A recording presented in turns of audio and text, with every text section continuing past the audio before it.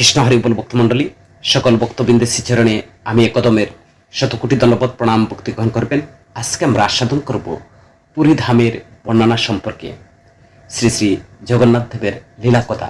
তো সর্বপ্রথম আমার একটি ছোট্ট অনুরোধ আপনাদের কাছে, সম্পূর্ণ ভিডিওটি শ্রবণ করবেন এবং যারা আমাদের এই চ্যানেলে নতুন রয়েছেন, পরবর্তী কৃষ্ণ সম্বন্ধীয় ভিডিও পেতে চ্যানেলটিকে সাবস্ক্রাইব করবেন।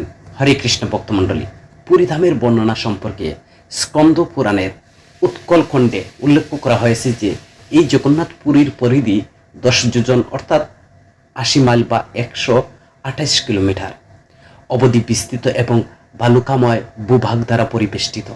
এই স্থান ঊর্ধ্ব দেশ বা উড়িষ্যার নামে খ্যাত। শাস্ত্রীয় উৎকল দেশকে এই গ্রহের পবিত্রতম স্থান বলে বর্ণনা করা হয়েছে। ব্রহ্মাণ্ড পুরাণে বলা হয়েছে যে বর্ষানাং ভারত শ্রেষ্ঠম দেশানাম উৎকলং শ্রিত উৎকলস্য সমদেশ্য দেশ নাস্তি মহিতলে, অর্থাৎ সমস্ত বর্ষসমূহের মধ্যে ভারতবর্ষ শ্রেষ্ঠ, আর সমস্ত দেশের মধ্যে উৎকল দেশ বা উড়িষ্যা শ্রেষ্ঠ। এই গ্রহের উৎকল দেশ বা উড়িষ্যার মতো অন্য কোনো দেশ নেই। উড়িষ্যার পুরীধাম উৎকল নামে খ্যাত ছিল। এটি ঋষিকুল্য নদীর বা মহানদীর মধ্যবর্তী প্রদেশে অবস্থিত।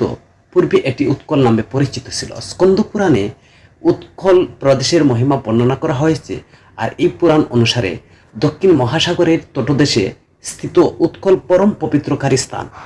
সমগ্র রাজ্য জুড়ে বহু মন্দির এবং তীর্থ বিরাজিত ছিল, আর উৎকল দেশের বসবাসকারী জনগণের সদাচার দৃষ্টান্ত স্থানীয়। সেখানকার ব্রাহ্মণগণ সর্বদা শাস্ত্র অধ্যয়ন ও যজ্ঞ সম্পাদনে নিরত। সৃষ্টির শুরুতে যজ্ঞকর্ম বেদপাঠ উৎকল হতে উদ্ভব হয়েছে, আর এই প্রদেশে অষ্টাদশ বিদ্যার মহাসাগরের স্বরূপ বলে বিবেচিত।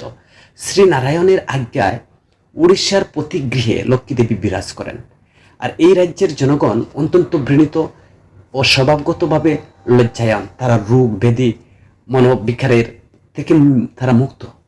তারা অত্যন্ত নিষ্ঠার সাথে তাদের পিতামাতার সেবা করে থাকেন। তারা অত্যন্ত সৎপরায়ণ এবং বিষ্ণুর প্রতি ভক্তিমান। উৎকলের মানুষ অপরকে সাহায্য করা ছাড়া নানা কল্যাণমূলক কর্ম করে তৃপ্তি লাভ করেন। লোক দৃষ্টি বা প্রতারণা সেখানে অনুপস্থিত। একসময় উৎকলের জনগণ ভগবত কৃপায় অত্যন্ত দীর্ঘায়ু ছিল। নারীগণ ছিল পতিনিষ্ঠ, কর্তৃগণ সাধারণ মানুষকে রক্ষা রূপ সধর্ম আচরণের সর্বদা তারা নিয়োজিত থাকতেন। তারা অত্যন্ত দানব্রতশীল ও যুদ্ধের পারদর্শী ছিলেন। তারা প্রচুর যজ্ঞের আয়োজন করতেন এবং এই প্রচুর দক্ষিণা প্রদান করতেন। যখন উৎকল দেশের এইরকম ক্ষত্রিয়ের গৃহে কোনো অতিথির সমাগম হতো, তারা সেই অতিথিকে তাদের আশাতীত বহু বহু উপকারে পরিতুষ্ট করতেন। বৈশ্য কৃষিকর্মে গরক্ষা বাণিজ্য সুন্দরভাবে নিয়োজিত থাকতেন। তারা তাদের ভক্তি ঐশ্বর্যের দ্বারা সর্বদা ভগবানের গুরুত্ব, গুরুদেবের ব্রাহ্মণের সেবা। কোনো ভিখারি উৎকলের কোনো বৈশ্য গৃহে গেলে সে এত ভিক্ষা পেত যে তার আর অন্য গৃহে যাওয়ার প্রয়োজন হতো না। উৎকলের শূদ্রগণ গীত বাদ্য কলাবিদ্যা শিল্পকর্মে অত্যন্ত সুপূর্ণ ছিল। তারা অত্যন্ত সুবক্তা ছিল এবং তারা ছিল ধার্মিক, ধান পরায়ণ এবং সর্বদা কায়িক শ্রম, মন, বাক্য এবং ধন সম্পদের দ্বারা তারা ব্রাহ্মণগণের সেবা করত। এমনকি বর্ণশঙ্করগণও তাদের পদমর্যাদা অনুসারে ধর্ম আচরণ করত। তো পূর্বে বড় ঋতুর পর্যায়ক্রমিক আবির্ভাবের ক্ষেত্রে কোনো অসামঞ্জস্য ঘটনা ঘটত না। অসময়ে বৃষ্টিপাত হতো না। বৃষ্টি জলে বা প্লাবনের কোনো শস্য আদি নষ্ট হতো না। বায়ু কখনো মানুষকে নির্যাতন করতো না। কেউ ক্ষুধা বা কষ্ট পেত না। পৃথিবীর যা কিছু পাওয়া যায় উৎকলে তা সবই সুপ্রস্য ছিল। জগন্নাথ পুরীর বিভিন্ন নাম রয়েছে। পুরীধাম, পুরী শব্দের অর্থ হচ্ছে বসবাসের স্থান। যিনি পুরীধামে বাস করেন তাকে বলা হয় পুরুষ, আর শ্রী জগন্নাথ হচ্ছেন পরম পুরুষ। আর পুরীধাম এমন এক স্থান যেখানে পরম পুরুষ ভগবান বাস করেন, আর শ্রী জগন্নাথের উপস্থিতির কারণে এখানকার সবকিছু পূর্ণ। পুরুষোত্তম ক্ষেত্র, পুরীধাম পুরুষোত্তম ক্ষেত্র নামেও খ্যাত। শ্রী জগন্নাথ হচ্ছেন পুরুষোত্তম, আর ওই স্থানে প্রতি অত্যন্ত প্রীতশীল হয়ে তিনি নিজ নাম অনুসারে ওই স্থানের নামকরণ করেন, আর এই ধাম স্বয়ং ভগবান হতে অভিন্ন ভূস্বর্গ। পুরীর ধাম এই ধরনের স্বর্গ নামে খ্যাত। শ্রীক্ষেত্র, ওই স্থান যদি বিষ্ণুর ক্ষেত্র, তবুও ওই দিব্য স্থানে লক্ষ্মী দেবীর দ্বারা প্রভাবান্বিত। গৌড়ী বৈষ্ণব সিদ্ধান্ত অনুসারে পুরীধাম শ্রীমতী রাধারানীর মাধুর্য ভাবের দ্বারা সম্পৃক্ত। শঙ্কক্ষেত্র, পুরীধামের ভৌগোলিক আয়তন শঙ্কের মতো উড়িষ্যার পবিত্র ভূমি 4টি ক্ষেত্রে বিভক্ত, আর এই ক্ষেত্রগুলোর নামকরণ করা হয়েছে ভগবান শ্রী বিষ্ণুর হস্তধৃত 4টি অস্ত্র শঙ্খ চক্র গদা পদ্মের নাম অনুসারে। পুরীধাম শঙ্খক্ষেত্র নামে পরিচিত, ভুবনেশ্বর চক্র ক্ষেত্র, জাহাজপুর গদাক্ষেত্র, কোণার্ক হচ্ছে পদ্মক্ষেত্র, শ্রী নৃসিংহদেব বা নৃসিংহদেবের ক্ষেত্র স্কন্দ পুরাণ অনুসারে পুরীধাম নৃসিংহর ক্ষেত্র নামে পরিচিত বা সুখ্যাত। পুরীধামের জগন্নাথের মন্দিরের বৈশিষ্ট্য, 4 ধামের মধ্যে পুরী এই জগন্নাথ মন্দির অবশ্যই অন্যতম। সারা বছর ধরে দেশ বিদেশ থেকে লক্ষ লক্ষ ভক্তরা জগন্নাথ দেবের দর্শনের জন্য পুরীর এই মন্দিরে এসে ভিড় জমান। ঐতিহাসিক জগন্নাথ মন্দির 1078 সালের বা 1174 সালের মেরামতির পর আজকেরও জগন্নাথ মন্দিরের রূপ ধারণ করে আছে। বৈশিষ্ট্যগুলো নিম্নরূপ: পতাকার গতিবিধি, মন্দিরের চূড়ায় যে পতাকাটি লাগানো হয়েছে তা সবসময় হাওয়ার বিপরীতে উড়ে। সুদর্শন চক্র, পুরীর যে কোনো জায়গায় থেকে তাকালে মন্দিরের চূড়ার সুদর্শন চক্র আপনার সম্মুখীন হবে। তো হাওয়ার চলন, সাধারণত দিনের বেলায় হাওয়ার সমুদ্রের দিক থেকে তটের দিকে আসে, আর সন্ধ্যার সময় তটের দিক থেকে সমুদ্রের দিকে হাওয়া চলে, কিন্তু পুরীর ক্ষেত্রে তা উল্টো। সকাল তটের দিকে থেকে সমুদ্রের দিকে হাওয়া চলে, আর সন্ধ্যা সমুদ্রের দিক থেকে তটের দিকে হাওয়া বয়। মন্দিরের উপরে কোনো পাখি বা বিমান পুরীর মন্দিরের উপর দিয়ে উঠতে পারে না। মন্দিরের ছায়া, মন্দিরের সবচেয়ে বড় প্রাসাদটির ছায়ার দিনে যে কোনো সময় অদৃশ্য থাকে। প্রাসাদ, পুরীর মন্দিরের সবচেয়ে অবিশ্বাস্য বৈশিষ্ট্য হলো প্রাসাদ।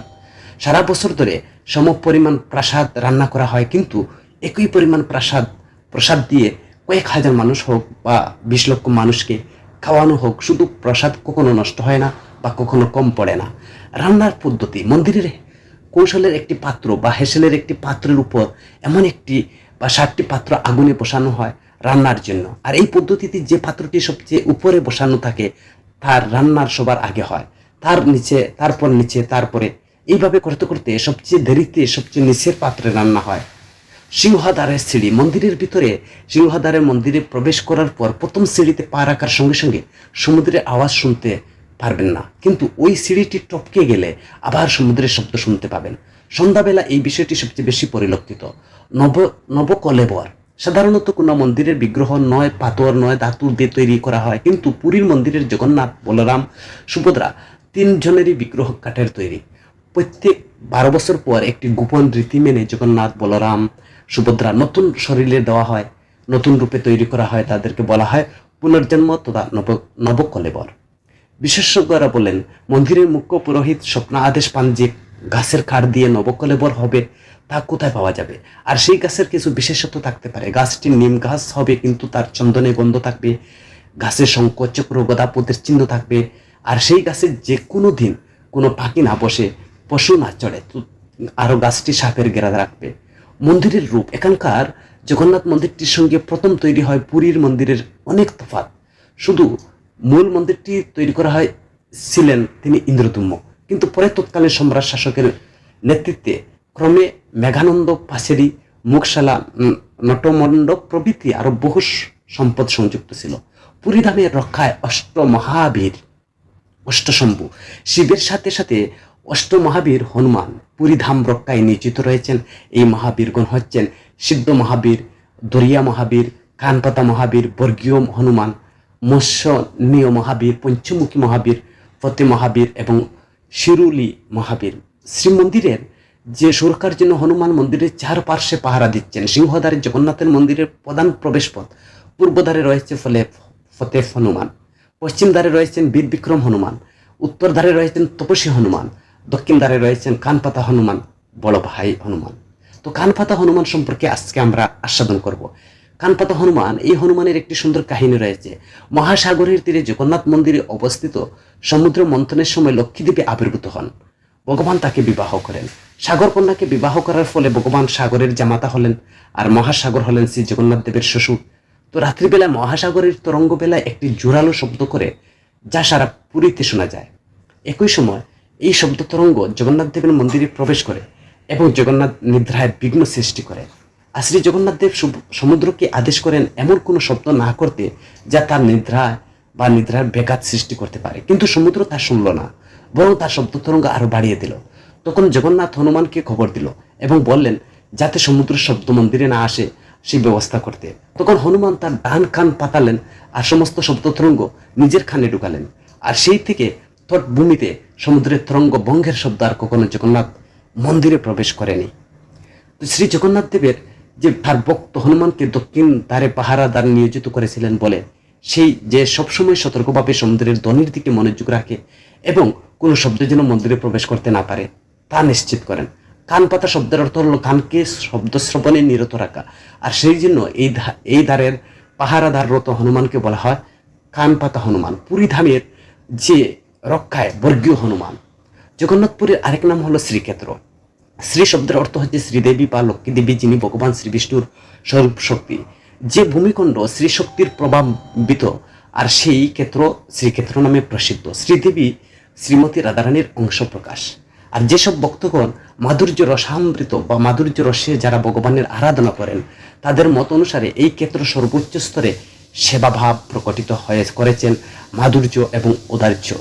শ্রীক্ষেত্র বা উৎকল 4 ভাগে বিভক্ত, যা ভগবান বিষ্ণু শ্রীহস্ত ধৃত 4টি অস্ত্রের দ্যুতক। 4 ক্ষেত্র শঙ্খ পুরী শহর, পদ্মক্ষেত্র কর্ণাক্য, চক্রক্ষেত্র ভুবনেশ্বর, গদাক্ষেত্র যাজপুর নামে ক্ষেত্র। সমগ্র ক্ষেত্রমণ্ডল 10 যোজন পরিধি বিশিষ্ট। আর এই 10 যোজন পরিধির মধ্যে অবস্থিত পুরীর শঙ্খক্ষেত্র নামে বিদিত। কারণ পুরীর পরিধি শঙ্খের ন্যায় আকার বিশিষ্ট। পুরীর ক্ষেত্র 5 ক্রোশ পরিমাণের আয়তন বিশিষ্ট এবং এর মধ্যে 3 ক্রোশ মহাসাগরের নিচে নিমজ্জিত, 2 ক্রোশ স্থলভূমি, পুরীর ভূভাগ স্বর্গা বা স্বর্ণা ভালুকনার দ্বারা আবৃত এবং এক নীলাভ পর্বত এবং নীলাচল দ্বারা সুশোভিত। শ্রীক্ষেত্রের অন্তর্গত 4টি ক্ষেত্রের মধ্যে এই শঙ্খক্ষেত্র অত্যন্ত বিশিষ্ট, কেননা এখানে পরম পুরুষ ভগবান স্বয়ং মহাদধি বা মহাসাগরের তীরে নীল পর্বত, তো নীলার্দি উপরে তার অর্চ বিগ্রহ স্বরূপে বিরাজ করছেন। ভগবান বলছেন ওই স্থান অতি সংগুপ্ত, এমনকি ব্রহ্মার কাছেও। স্কন্দ পুরাণে লক্ষ্মী দেবী সম্পর্কে বর্ণনা করা হয়েছে এই ক্ষেত্র 50 ক্রোশ পরিমিত আয়তন বিশিষ্ট, সমুদ্রের তীরে অবস্থিত।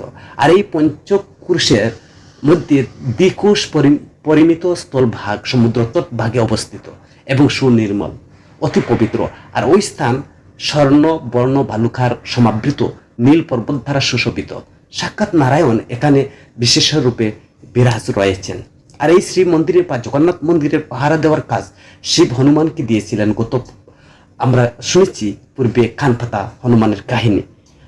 তো জগন্নাথের মন্দিরের পশ্চিম দিকে লোকনাথের রোডে বর্গীয় হনুমান মন্দিরে অবস্থিত। পূর্বে বর্গীরা মহারাষ্ট্রের এক জনজাতি, এই পথ দিয়ে গোড়া ছড়ে যেত। এর ফলে মন্দির এবং পুরীর মানুষদের সৈক্য প্রেমে শ্রী জগন্নাথ দেব একবার বালক বেশে ভগবান শ্রী জগন্নাথ তার মহান ভক্ত রঘুর কাছে এলেন এবং তাকে রাজার বাগান থেকে কাঁঠাল চুরি করতে তার সাথে যেতে বললেন। তো রঘু তখন বলল, তুমি কেন কাঁঠাল চুরি করতে চাও? তোমার যদি কাঁঠাল খাওয়ার ইচ্ছা হয় আমাকে বলো, আমি তোমার জন্য সুন্দর একটা কাঁঠাল এনে দেব।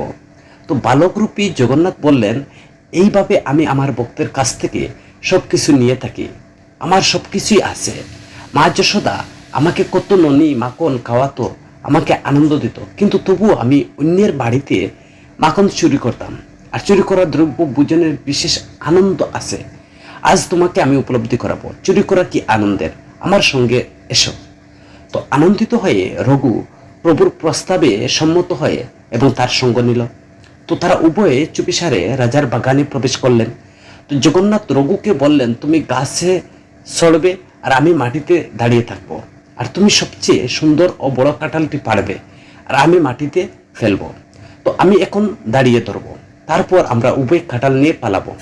তো রঘু যথাযথভাবে প্রভুর নির্দেশ অনুসরণ করে গাছে উঠে সবচেয়ে বড় এবং ভালো কাঁঠালটি খুঁজে বের করলো এবং সেটা পারলো। তো রঘু চাপ সরে জগন্নাথকে ডাকলো, তুমি কি তৈরি? জগন্নাথ উত্তর দিলেন, হ্যাঁ আমি তৈরি, নিচে ফেলো। তো রঘু কাঁঠাল নিচে ফেললো আর জগন্নাথ সেটা ধরবেন ভেবে, কিন্তু কোথায় জগন্নাথ? তিনি ইতিমধ্যে বাগান থেকে পালিয়ে গেছেন। তো কাঁঠাল ধরার মতো সেখানে কেউ ছিল না। আর বিশাল শব্দে কাঁঠালটি মাটিতে পড়ে ফেটে চৌচির হলো। যখন রাজার বাগানের মালি এই শব্দ শুনলো আর সে বুঝতে পারলো যে কেউ বাগানে ঢুকেছে, কাঁঠাল চুরি করছে, তৎক্ষণাৎ সে দৌড়ে গাছটির কাছে গিয়ে এবং একটি বড় কাঁঠাল পেটে মাটিতে পড়ে থাকতে দেখে তো চোর এখন গাছের মাথায় বসে আছে। তো আর এই চোর স্বয়ং রঘুদাস। তো সেই গাছের নিচে পাহারা রেখে উত্তেজিত দোসরে রাজাকে খবর দিল। আর রাজা বিশ্বাস করতে পারলেন না যে রঘু তার বাগানে গিয়ে কাঁঠাল চুরি করবে। সুতরাং রাজা তার মন্ত্রীদের সাথে নিয়ে মালির নির্দেশিত স্থানে গেলেন। আর তিনি রঘুদাসকে গাছে চড়ে থাকতে এবং নিচে কাঁঠাল পড়ে থাকতে দেখে আশ্চর্য হলেন। তো রাজার অনুরোধে রঘু গাছ থেকে নেমে এলো। আর রাজা রঘুকে জিজ্ঞাসা করলো, প্রভু, তোমার যদি কাঁঠাল খাওয়ার ইচ্ছা হয় থাকে তবে গভীর রাতে আমার বাগানে এসে গাছে চড়ার কি প্রয়োজন ছিল? তুমি আমাকে একবার বলতে পারতে, আর আমি কাঁঠাল পোড়ার ব্যবস্থা করে তোমার বাড়িতে দিয়ে পাঠাতাম। রঘু তখন প্রভু জগন্নাথ কিভাবে তাকে ঠকিয়েছেন সব বৃত্তান্ত বলল। প্রত্যেকেরই প্রভুর রম্য এই লীলা শুনে খুব আনন্দ পেল এবং সকলে হাসতে লাগলো। আর তারা রঘুর মহত্বের জন্য গুণগান করতে লাগলো। এইভাবে প্রভু জগন্নাথ তিনি সূক্ষ্মভাবে রঘুর সাথে তিনি লীলা করেছিলেন। তো রঘু অত্যন্ত ভগবানের একজন প্রিয় ভক্ত। রঘুর সাথে তিনি এইভাবে তিনি লীলা করে গেলেন। একজন ভক্ত রঘুদাসের সঙ্গে শ্রী জগন্নাথের লীলার একটি প্রত্যক্ষ বর্ণনা দিয়েছেন। একবার রথযাত্রার সময় জগন্নাথ, বলদেব, সুভদ্রা তাদের নিজ নিজ রথে আরোহণ করে আসনে অধিষ্ঠিত হয়েছিলেন। আর রাজা এসে পথ সম্মানজন করছেন এবং রথ তখন চলার জন্য তৈরি। হাজার হাজার মানুষ রথের দড়ি টানতে লাগলো, কিন্তু রথ নড়ল না। পরিস্থিতি দেখে একজন ব্রিটিশ সাহেব রথ টানার জন্য শক্তিশালী হাতির ব্যবস্থা করলেন, তবুও রথ অনড়। তো সাহেব রঘু দাসকে বললেন, রঘুদাস জি, এ কেমন ভগবান, আমি হাতির নিয়োগ করছি তবুও রথ চলছে না। একথা শুনে রঘু রথে উঠল এবং শ্রী জগন্নাথের কাছে গেল। আর সেই জগন্নাথের কানে কিছু বলল, তৎক্ষণাৎ রথ চলতে শুরু করলো। তো সাহেব এটি দেখে বিস্মিত হলেন। তিনি রঘুদাসকে বললেন, তুমি অপূর্ব, তোমার প্রভু অপূর্ব। রঘু যে দাস সেখানে থাকতো, সেখানে এক পাত্র প্রসাদ বাইরে রেখে দিয়ে দিত যাতে সে কেউ সেখান থেকে প্রসাদ পেতে পারে। পশু পক্ষীরা এই পাত্র থেকে প্রসাদ গ্রহণ করত। আর একই পাত্র থেকে রঘু প্রসাদ গ্রহণ করে এবং তার ছিল এক অপূর্ব স্বভাব। তাই রঘু কিন্তু জগন্নাথ দেবের অত্যন্ত প্রিয় এবং কৃপাভাজন। জগন্নাথ মন্দিরের বিমলা দেবী। বিমলার মন্দির হলো ভারতের উড়িষ্যা রাজ্যের পুরী শহরে জগন্নাথ মন্দির চত্বরে অবস্থিত। এটি দেবী বিমলার মন্দির।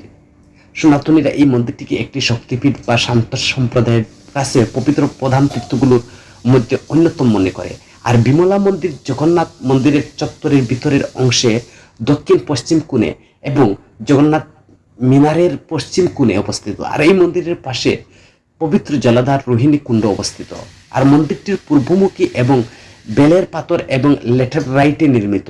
আর এই মন্দির দেওল স্থাপত্য শৈলীর একটি নিদর্শন। বিমলা মন্দিরটি জগন্নাথ মন্দির চত্বরের একটি ছোট্ট মন্দির হলেও শাক্ত এবং তান্ত্রিকদের কাছে একটি বিশেষ গুরুত্বপূর্ণ তীর্থ। তারা মূল জগন্নাথের মন্দিরের চেয়ে এই মন্দিরটি বেশি গুরুত্ব দিয়ে থাকেন। তান্ত্রিক মতে বিমলা জগন্নাথের শক্তি এবং মন্দিরের চত্বরে রক্ষ ইত্রি ভক্তেরা মূল মন্দিরে জগন্নাথকে পূজা করার আগে বিমলাকে পূজা করেন। জগন্নাথের প্রসাদ বিমলাকে নিবেদন করে পরে মহাপ্রসাদ হিসেবে গণ্য করা হয়। প্রতি বছরে আশ্বিন মাসে সেপ্টেম্বর অক্টোবরে দুর্গা পূজা এই মন্দিরের প্রধান উৎসব। জগন্নাথ মন্দিরের নিয়ম অনুসারে মূল মন্দিরের জগন্নাথকে পূজা করার আগে বিমলাকে পূজা করতে হয়। বিমলার তীর্থ বা পবিত্র জলধারে রোহিণী কুণ্ডের জল পবিত্র মনে করে হয়। আর তান্ত্রিকের কাছে বিমলা মন্দিরের গুরুত্ব মূল জগন্নাথ মন্দিরের চেয়ে বেশি। ভোগ নিবেদন বিমলাকে নিবেদন করার পর জগন্নাথ মন্দিরের মহাপ্রসাদ। সাধারণত মা বিমলার জন্য আলাদা ভোগ রান্না করা হয় না। তো সনাতনীরা বিশ্বাস করেন বিমলার জগন্নাথের উচ্ছিষ্ট প্রসাদ খান। আর জগন্নাথ মন্দিরে নিবেদিত ভোগই বিমলাকে নিবেদন করা হয়। আর জগন্নাথের প্রসাদ বিমলাকে নিবেদন করার পরই তা মহাপ্রসাদ মর্যাদা পায়। ভোগে নারকেল বাটা, চিজ, মাখন সহ শুকনো ভাত দেওয়া হয়।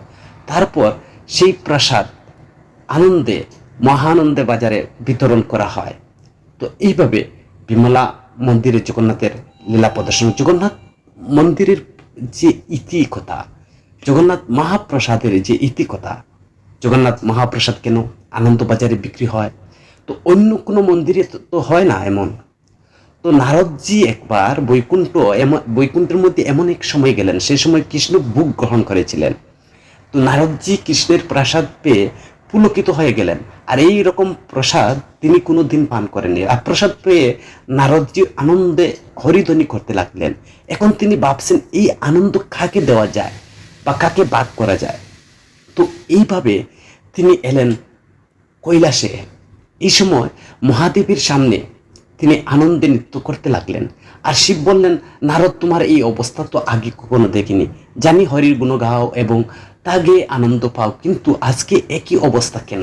নারদ বললেন, প্রভু, আমি এইমাত্র এলাম বৈকুণ্ঠ থেকে। আমি সেখানে গিয়ে দেখি ঠাকুর শয়ন করছেন আর মা লক্ষ্মী প্রসাদ পাচ্ছেন, আর তিনি হাত না ধুয়ে আমার সঙ্গে দেখা করতে এলেন। আমি মার হাত থেকে একটু প্রসাদ চেয়ে নিলাম। আর প্রসাদের যে কি মাহিত্য, প্রসাদ হাতে নিয়ে আমার আনন্দ আর ধরে না। শিব বললেন, আমায় দাও, আমায় দাও বলে নারদের হাত থেকে খানি চেটে পুটে গেলেন। আর নেই, সব শেষ। কে শিবেরও আনন্দ হলো। শিব পরম বৈষ্ণব, মূলত ভগবানের বিভিন্ন রূপে নিজের লীলা নিজে আস্বাদন করেন। তো শিব এবং নারদের প্রাসাদের মাহিত্য নৃত্য করছেন। এমন সময় মা পার্বতী আসলেন। এসে বললেন, একই আজ তোমাদের একই যে কি হলো তোমাদের? শিবকে দেখিয়ে বললেন, উনি তো নিজে পাবেন থাকেন, আর তুমি এসে জুটলে কোথা থেকে? নারদ বললেন, মা, আজ স্বয়ং ঠাকুরের প্রসাদ মা লক্ষ্মীর হাত থেকে পেয়েছি, আর তাইকে আনন্দে নৃত্য করতে করতে এখানে এলাম। হাতে বাকি যা লেগেছিল মহাদেব সব চেটে এলেন। আর পরে এই অবস্থা। তো পার্বতী বললেন, আমার অংশ কোথায়? সেই বৈকুণ্ঠ থেকে লক্ষ্মীর দেওয়া ঠাকুরের প্রসাদ আনলে আর শিবকে দিলে, আমায় দিলে না, একটুও নেই। নারদ বললেন, না মা, একটুও নেই। পার্বতী রেগে গিয়ে বললেন, এই মহাপ্রসাদ আমি আচ্ছান্দালে খাওয়াবো, পশু পক্ষী খাবে, কোনো বেদ বিচার থাকবে না, কোথায় প্রচার করব? তো এই শ্রীক্ষেত্রে পুরী ধামে প্রচার করলেন। আর সেখানে যে ভেদ, আমাদের ভারতবর্ষের কিন্তু প্রসাদের ক্ষেত্রে পুরী ধামে একেবারে বেদ শূন্য। এখানে যে আনন্দবাজার, সেখানে একজন এসে খেয়ে যায়, ফেলে যায়, সেখান থেকে আবার কেউ খায়। তো কেউ হাত মুছলো আর কেউ আবার মাথা মুছলো, আর সেখানে কত যে রান্না হয় এটা বলা যায় না। তো রথ উৎসব থেকে লক্ষ লক্ষ লোক আসে, আর সেখানে লোককে দেখা যায় না রান্না করে খেতে, সবাই জগন্নাথের প্রসাদ পায়। তো পার্বতী ধ্যান করতে লাগলেন। তারপর বিষ্ণু প্রকটিত হলেন। কি চাও মাতা? বললেন, প্রসাদ চাই। আপনার প্রসাদ শুধু আমার জন্য নয়, এই জগৎ জীবের। বিষ্ণু বললেন, তদাস্ত, আমি কলিযুগে জগন্নাথ মহাপ্রসাদ রূপে আসছি, আর সেখানে তুমি বিমলা রূপে আমার মন্দিরের পাশে থাকবে, আর আমার নিবেদিত প্রসাদ তোমাকে নিবেদন করার পর জগৎবাসী পাবে, আর সেখানে মানুষ, পশু পাখি, কীট পতঙ্গ এবং মহাপ্রসাদ তারা পাবে, কেউ ভেদাভেদ থাকবে না। আর সেখানে জয় সেই মহালক্ষ্মী এবং মহাপ্রসাদ, জয় জগন্নাথ প্রসাদ সেখানে বিতরণ করা হয়, এখনো চলছে। রহস্যময় পুরী মন্দিরের সেই রান্নাঘর, রহস্যময় এই জগন্নাথপুরীর মন্দিরে রান্নাঘরের বিবিধ দ্রব্য রান্না করার জন্য কোনো বিদ্যুৎ বা যন্ত্র ব্যবহার করা হয় না। উন্মুক্ত খাটের আগুনের উপর অনেকগুলো তেলের লম্ফ বা বাতি ঝুলিয়ে রাখা হয়, আর তার নিচে সেবকরা রান্নার কাজ সম্পন্ন করেন। আর এই রান্নার কাজ এত দ্রুত রান্না হয় যে শুধুমাত্র একদিনের প্রস্তুতিতে একসাথে 10,000 লোক বসে প্রসাদ পায়। আর এমনিতে 5,000-এর উপরে দর্শনার্থী প্রসাদ পেয়ে থাকেন। আর এই রান্নার ঘরটি 9টি ভাগে বিভক্ত, যাদের দুটো ভাগ 2,500 বর্গ ফুট এবং বাকি 7টি ভাগ এই দুটোর চেয়ে একটু ছোট। আর এই রান্নার ঘরে রয়েছে 752টি মাটির তৈরি উনুন, যার প্রত্যেকটি দৈর্ঘ্যের 3 ফুট বর্গ করে এবং উচ্চতায় প্রায় 4 ফুটের বেশি। তবে যেটি অদ্ভুত ব্যাপার হলো রান্না করার বিষয়টি। উনুনে গুলোতে একটির উপর একটি পাত্র বসানো হয়। এইভাবে 9টি পাত্র থাকে। শুধুমাত্র ওই পাত্রগুলোর নিচে অবস্থিত আগুনের মাধ্যমে উপরের পাত্র থেকে শুরু করে শেষের নিচের পাত্রটি অদ্ভুতভাবে সম্পন্ন হয়। আর এই রান্নার ঘরে সার্বিক তত্ত্বাবধানে নিয়োজিত রয়েছেন 1000 সেবক, এবং তার মধ্যে 500 সেবক রয়েছেন কেবলমাত্র উনুনে রান্না করার জন্য সহকারী হিসাবে। আর এখানে কোনো পুরানো পাত্রে রান্না করা হয় না, প্রতিদিন নতুন নতুন মাটির পাত্রে রান্না করা হয়। তাই একদল খালি মাটি দিয়ে পাত্র বানায়, আর আরেক দল তা সরবরাহ করে রান্নার ঘরে নিয়ে যায়। আরেক দল পাত্রগুলো ধোয়ার কাজ করে, আরেক দল পাত্রের জল ভর্তি করে উনুনে নিয়ে যায়। তবে এখানে আরেকটি অদ্ভুত বিষয় হলো রান্না করার জন্য এখানে গঙ্গা আর সরস্বতী নদীর রান্নার ঘরের ভিতর দিয়ে প্রবাহিত হয়েছে, যা বাইরে থেকে দেখা যায় না। যা সত্যি অদ্ভুত। বলুন তো, কেউ কেউ সবজি ধোয়ার কাজ করছেন, আবার কেউ কেউ সবজি কাটছেন, আর কেউ মশলা তৈরি করছেন। রান্নার ঘরে যে সেবকরা থাকেন তাদের বয়স যখন 12 বছর হয় তখন তার থেকে তারা প্রশিক্ষণ নেওয়া শুরু করে, আর এইভাবে তারা নেমে পড়ে বংশানুক্রমে প্রাপ্ত নির্দিষ্ট সেবায় সারা জীবন ধরে মৃত্যুর আগ পর্যন্ত করে থাকেন। আর এই রান্নার ঘরে 100টির উপরে বুগের পদ রান্না করা হয়, যা দুটো ভাগে বিভক্ত। আর এই দুইটি ভাগকে পাক্কা এবং সুক্কা নামে ডাকা হয়। পাক্কা বলা হয় সেই খাবারগুলো যেগুলো সেদ্ধ করা, যেমন ডাল, চাল, খিচুড়ি এবং সমস্ত রকমের সবজি। আর অপরদিকে সুক্কা বলা হয় বিস্কুট, মিষ্টি আর বিভিন্ন ধরনের পিঠে। তো সবচেয়ে আশ্চর্য বিষয় হচ্ছে জগন্নাথের জন্য যে সমস্ত ফল সবজি ব্যবহার করা হয় সেগুলো 2000-এর অধিক বছরের ধরে ব্যবহৃত হয়ে আসছে। আর শুধুমাত্র স্থানীয় উৎপাদিত সবজি ফল জগন্নাথের জন্য ব্যবহৃত হয়, অন্য কোনো অঞ্চল থেকে উৎপাদিত দ্রব্য জগন্নাথের জন্য ব্যবহার করা হয় না। জগন্নাথ দেব আরও লক্ষ্মী দেবীর কৃপায় ধন্য এই রান্নার ঘর। তাই পুরীতে এই রান্নার ঘরকে অদ্ভুত রান্নার ঘর বলে অভিহিত হয়েছেন। নীলাচলে নীল মাধব প্রভু জগন্নাথ ভক্তজনে কৃপা করো দাও গো আশীর্বাদ। তো জগন্নাথ দেবের সেই অপার মহিমা, নবকলেবর বিগ্রহরূপে তিনি সেখানে উপস্থিতি রয়েছেন এবং তিনি জগন্নাথের সেই অপার করুণাময়, তিনি জগতের প্রতি। তাই তো তিনি জগন্নাথের সাধারণত ভক্তের মনে নবকলেবর কেন হলেন, বিশেষত কি প্রশ্ন উঠতে পারে স্বাভাবিক। যে বছর জোড়া আষাঢ় পড়ে সেই বছরটি শ্রী জগন্নাথ দেব এবং বলভদ্র সুভদ্রার নবকলেবর হয়। আর নবকলেবর অর্থাৎ এই যে জগন্নাথ, বলভদ্র, দেবী সুভদ্রা সুদর্শনের নতুন বিগ্রহ প্রস্তুতির পরে ব্রহ্ম পরিবর্তনে নবযৌবন দর্শন এবং তাদের রথযাত্রা হয়। তো বিগ্রহের প্রস্তুতির জন্য দারু অন্বেষণ, যা কাকটপুরে মা মঙ্গলার স্বপ্ন আদেশে বনঝাগ যাত্রা বলা হয়। আর এই যাত্রা থেকে নবকলেবরের প্রস্তুতি পর্ব আরম্ভ করে। তো নবকলেবরের সম্বন্ধে কিছু তথ্য আমরা আলোচনা করব। যে বছর জোড়া আষাঢ় পড়ে আর সেই বছরটি শ্রী জগন্নাথ, বলভদ্র এবং সুভদ্রার নবকলেবর হয়। সাধারণত জোড়া আষাঢ় যেমন 8, 12, 16 কিংবা 19 বছর পর পড়ে। বিংশ শতাব্দী নবকলেবরের যাত্রা প্রথম 1912 সালে, তারপর 1931 সাল, 1950, 1969, 1977 এবং 1996 সালে হয়েছিল। আর গত 2015 সালে নবকলেবরের যাত্রা 19 বছর বাদে তা পড়ে। বনঝাগ যাত্রা পুরীর গজপতি রাজা শ্রী দিব্যসিংহ দেব রাজগুরুকে পৈতা, বস্ত্র, সুপুরি প্রদানের বনে ঝাগ যাত্রার জন্য আদেশ দেন। আর এই পরস্পরাকে গজপতি রাজার আজ্ঞা বলে বলা হয়। আর সেই থেকে বনঝাগ যাত্রার শুভ আরম্ভ হয়। নবকলেবর নিমিত্ত 3 ঠাকুরের জন্য যে বৃক্ষ চিহ্নিত করা হয় তার লক্ষণগুলো আমরা আলোচনা করব। বৃক্ষটি নিম বৃক্ষ হওয়া প্রয়োজন প্রথম। দ্বিতীয় হচ্ছে বৃক্ষের অনতি দূরে ওইটিপি নদীর শ্মশান কিংবা পুকুরের থাকা অনিবার্য। বৃক্ষের কাছে বেলগাছ বা তুলসী থাকা প্রয়োজন। তৃতীয় হচ্ছে বৃক্ষের কোনো পাখি বাসা থাকবে না। উইং টিপের কাছে বা গুকরা সাপ গাছটি পাহারা দিতে দেখা যাবে। তো বৃক্ষের কোনো অংশ কীট পতঙ্গর দ্বারা আক্রান্ত কিংবা ব্রজপাতের চিহ্ন থাকবে না। পূর্বে কোনো ডাল কাটা থাকবে না, কোনো রকম কুত থাকবে না। তো সেই বৃক্ষের শঙ্খচক্র গদা পদ্মের চিহ্ন থাকা প্রয়োজন। বৃক্ষটি 12 ফুট লম্বা এবং সোজা মোটা হওয়ার প্রয়োজন, যাতে অনায়াসে বিশ্বকর্মার দ্বারা বিগ্রহ এবং নির্মাণ কর্ম সুপ্রসন্ন হয়। তো উপরোক্ত লক্ষণগুলো অনিবার্য এবং তারপর অন্বেষণকারী দল ঠিক করে পবিত্র ধারু নির্বাচন করে। এরপর ধারু নির্মাণ কাজ শুরু হয়। রথযাত্রার উৎসব সেটা ব্যবহার করা হয়ে থাকে। তো এইভাবে জগন্নাথ দেবের সেই মহিমার কথা, অপার মহিমার কথা বর্ণনা করা রয়েছে।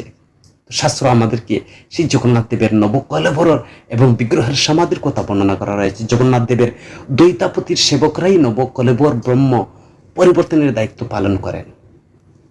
নবকলেবরের ব্রহ্ম পরিবর্তন পুরীর মন্দিরের 2টো পবিত্রতম কর্ম সুষ্ঠুভাবে সম্পাদন করা হয়।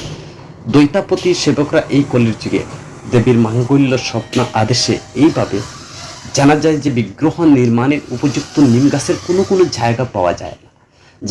আর এই নবকলেবরের সময় ব্রহ্ম পরিবর্তন সাধারণত রাতে হয়। অবশ্যই তা তিথি নক্ষত্র বিচার করা হয়। পুরীর মন্দিরের প্রাক্তন এক প্রশাসককে জিজ্ঞাসা করা হয়েছিল এবং ব্রহ্ম বস্তুটি কি জিনিস। তিনি বলেন, ব্রহ্ম যে কি জিনিস তা কেউ জানে না। ব্রহ্ম পরিবর্তনের কাজটি একজন দ্বৈতাপতি সেবক করেন।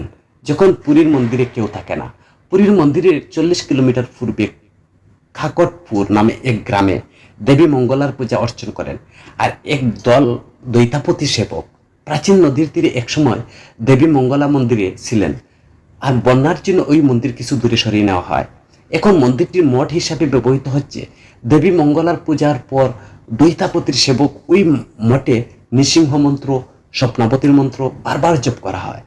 এরপর স্বপ্ন আদেশ পাওয়ার পর শুধু সময়ের ব্যাপার, তারপর 4টি দলে বিভক্ত হয়ে দৈতাপতিরা বেরিয়ে এসে পড়ে বৃক্ষগুলোর সন্ধান। এই বিশেষ নিম গাছগুলো খুঁজে পাওয়ার পর সেগুলো নিচে 3 দিন ধরে ব্রাহ্মণ যজ্ঞ করেন, একে বলে বনযজ্ঞ।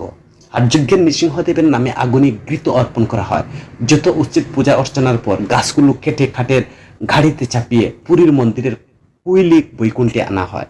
এরপর দৈতাপতি সেবকদের কড়া নজরদারিতে কৈলিক বৈকুণ্ঠের নির্মাণের মণ্ডপে নতুন ধারু বিগ্রহের নির্মাণ পর্ব শুরু হয়।